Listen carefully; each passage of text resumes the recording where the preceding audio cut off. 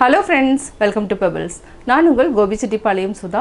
நம்ம இன்னைக்கு செய்ய போறது அவல் பாசி பருப்பு பாயாசம். இது வந்து என்னன்னா விநாயகர் சதுர்த்தி, கிருஷ்ண ஜெயந்திக்கு வந்து நம்ம நைவேத்தியமாவும் செய்யலாம். அதாவது ரொம்ப எளிமையா தான் இருக்கும். அவல் வந்து நீங்க ஒரு 10 minutes soak பண்ணி வெச்சுக்கோங்க. பாசி பருப்பை வந்து நம்ம பாதி வேக்காடு தான் விட்டு வேக வைக்கணும். இப்போ எப்படி செய்யறதுன்னு பார்க்கலாம். அவல் பாசி பருப்பு பாயாசத்துக்கு நம்ம அவல் ஒரு கப் நல்லா வாஷ் பண்ணிட்டு தண்ணி ஊற்றிட்டு ஊற வச்சுருக்கிறோம். அதாவது இது வந்து ஒரு 3/4 கப் அளவுக்கு தண்ணி ஊற்றிட்டு ஊற வச்சுக்கலாம். இப்போ பாசிப்பருப்பை வந்து நம்ம குக்கரில் போட்டுக்கலாம். இதை வந்து என்னென்னா முழு வேக்காடு, அதாவது ரொம்ப இதாக இருக்கக்கூடாது, வெந்துடக்கூடாது, கொஞ்சம் அதாவது பருப்பு தெரியற அளவுக்கு வேக வச்சுக்கலாம். விசில் விட வேண்டாம், ஜஸ்ட்டு பாயில் பண்ணி நம்ம எடுத்துக்கலாம். இதை வாஷ் பண்ணிவிட்டு நம்ம வேக வச்சு எடுத்துக்கலாம். அதாவது அரை வேக்காடு அளவுக்கு இருந்தாலே போதும்.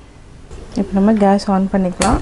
இதுக்கு மஞ்சத்தூள் எதுவுமே ஆட் பண்ண வேண்டாம், நம்ம வேக வச்சு எடுத்துக்கலாம். பாயாசத்துக்கு நம்ம வெல்லம் எடுத்துக்கலாம். இதுக்கு வந்து ஒரு 1/4 டம்ளர் அளவுக்கு தண்ணி விட்டு நம்ம இது நல்லா வந்து கரைஞ்சதுக்கப்புறம் நம்ம வடித்து வச்சுக்கலாம்.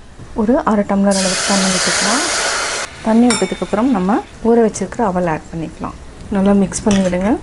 நம்ம அடுத்தது வேக வச்சுருக்கிற பாசிப்பருப்பு இது ரெண்டையுமே ஆட் பண்ணிக்கலாம். சிம்மில் வச்சுட்டு ஒரு 5 to 10 minutes வந்து வேக வச்சுக்கலாம். இப்போ மூடி வச்சுக்கலாம். 2 நிமிஷம் ஆயிருக்கு. பார்த்திங்கன்னா அவலும் நல்லா வெந்துருச்சு. ஆனால் பாசிப்பருப்பு வந்து என்னென்னா இந்த மாதிரி தான் இருக்கணும். சாப்பிட்றப்போ கொஞ்சம் கரகரன்னு இருக்கணும். இன்னும் ஒரு 2 நிமிஷம் வெந்ததுக்கப்புறம் நம்ம பால் ஆட் பண்ணிக்கலாம். நம்ம கொஞ்சமாக ஏலக்காய் தூள் போட்டுக்கலாம். அதாவது ஒரு 6 ஏலக்காய் அளவுக்கு நம்ம பொடி பண்ணியிருக்கிறோம். இது கூட பால் ஆட் பண்ணிக்கலாம். பால் வந்து ஒரு 400 ml அளவுக்கு நம்ம பால் ஆட் பண்ணிக்கலாம். இதை நல்லா மிக்ஸ் பண்ணி விடுங்க.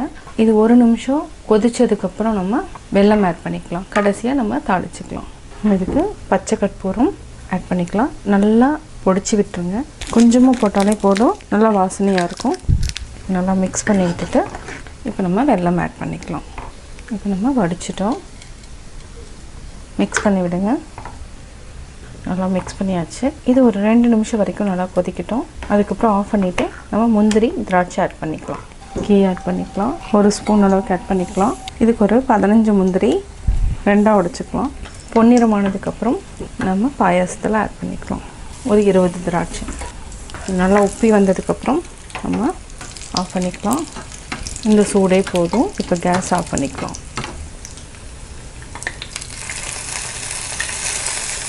இதை நல்லா மிக்ஸ் பண்ணி விடுங்க. பாயாசம் ரெடி ஆயிடுச்சு.